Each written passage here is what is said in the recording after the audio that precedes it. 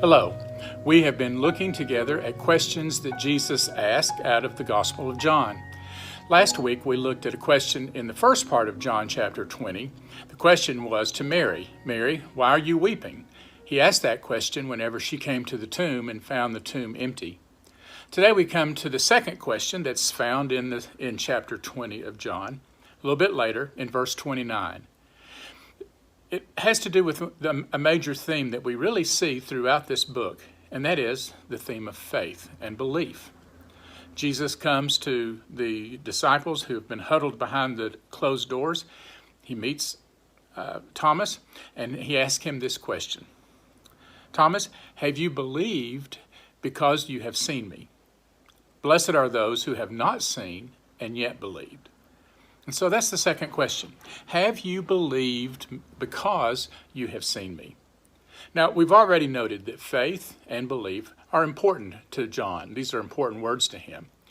Early on in Jesus' ministry, we see the story where Jesus came to Nathanael, and before he had even called him to be a disciple, he asked him the question, "Nathanael, why is it that you believe?" Then, a little bit later in chapter 3, we see where Nicodemus came to Jesus one night, and the very heart of that conversation, the things that underscored that conversation, had to do with faith and also trust. There were a number of times when Jesus would ask the crowd if they believed and were willing to follow him. And he even asked Martha and the disciples themselves, he asked them about their own faith. Do you believe? What is it that you believe? So this idea of faith and trust was important to Jesus, and we see that in the Gospel of John all throughout his ministry. Even the last part of this book, John sort of summarizes what he has said when he says, "But these things are written so that you might believe in Jesus, that Jesus is the Christ, the Son of God, and that believing you may have life in his name." In other words, John is saying, I have written this gospel account for one purpose, and that is, I want you to be able to believe in Jesus Christ. The belief question that we have here before Thomas is one that's really answered in a number of ways throughout the book of John. What we will see is that faith means many things, and it evokes a multitude of responses, and that's very clear from the resurrection of Jesus Christ. You'll remember that early that morning, Peter and the other disciples came and they discovered that the tomb was empty. They returned home, they were excited, they were breathless. This was all they needed to see, an empty tomb, because for them it was evidence that he was still alive, and they simply believed. The story that came right after that is Mary's experience. On Easter morning, she couldn't hold back the tears because when she saw the tomb, all she could do was cry. She believed only when the Lord came to her and called her name. When he spoke to her, then she saw him. Hearing, that was important for Martha, or for Mary. Jesus then appears to the disciples who are hiding behind these closed doors. They are afraid, and Jesus came to them, and he showed them the wounds on his hand, the wounds on his side. And then it says that they saw him and they knew that he was alive. So you have three different kind of examples. The disciples who looked in a tomb that was empty, that's all they needed to believe. Mary, who needed to hear his voice. The disciples who needed to see for themselves. Now, going on in this story, Thomas is the one who wasn't present that night. And so when he heard it from the other disciples, he didn't believe it. In fact, he said, unless I see in his hands the print of the nail, and place my finger in the mark of those nails, and place my hand on his side, I will not believe. Well, a week passed. They are gathered together again in this upper room, and this time Thomas is there.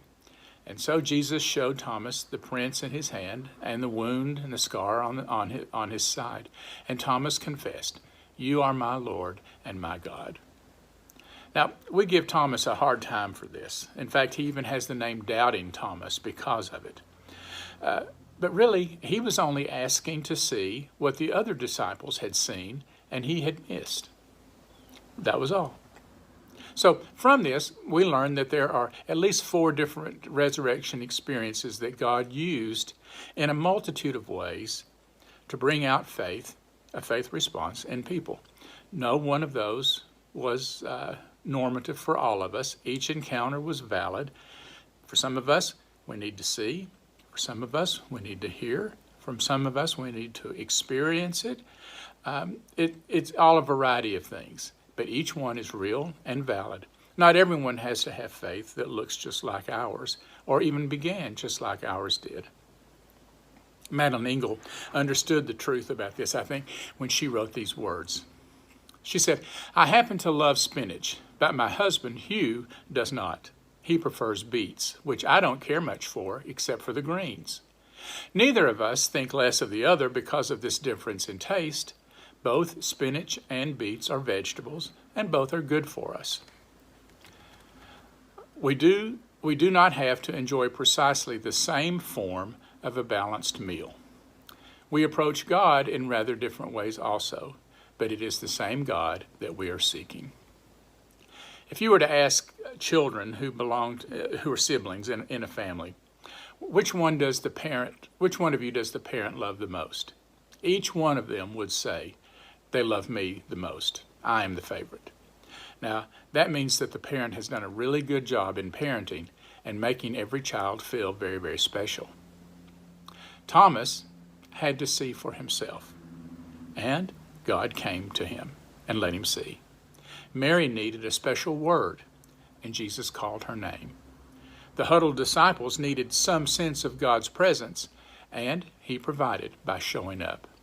And the two Peter and the other disciple, the unnamed one, who came to the tomb and found it empty, that was all they needed in order to believe that Jesus was not there. All four of those faith encounters were valid faith experiences. The neat thing about all of this is that God, in Christ, he meets us and our individual needs one by one, just like a shepherd knows the name of his sheep and calls them by name. He knows our needs, and he meets them one by one. Faith wears many faces, and if we respond to him, we will all be taken in. When John wrote these words, most of the eyewitnesses had died or they had been killed. And so he's writing to a group of people who had never seen Jesus, never walked with him. Many of them were concerned that their experiences would not be as strong as the ones who walked with him in Galilee. And so this final question sort of shatters that argument. It asks, have you believed because you have seen me? Well, if so, that's great. But blessed are those who have not seen and yet believe. So the question for today is, what does it take for you to truly believe and truly trust? How did you come to faith? Was it a spoken word? Was it something you saw or something you didn't see? Something you experienced or didn't experience? How did you come to know that your faith was real? Think about that this week, and we will come back again together next week, and I think we're going to wrap up these questions that come from the book of John. Have a great day.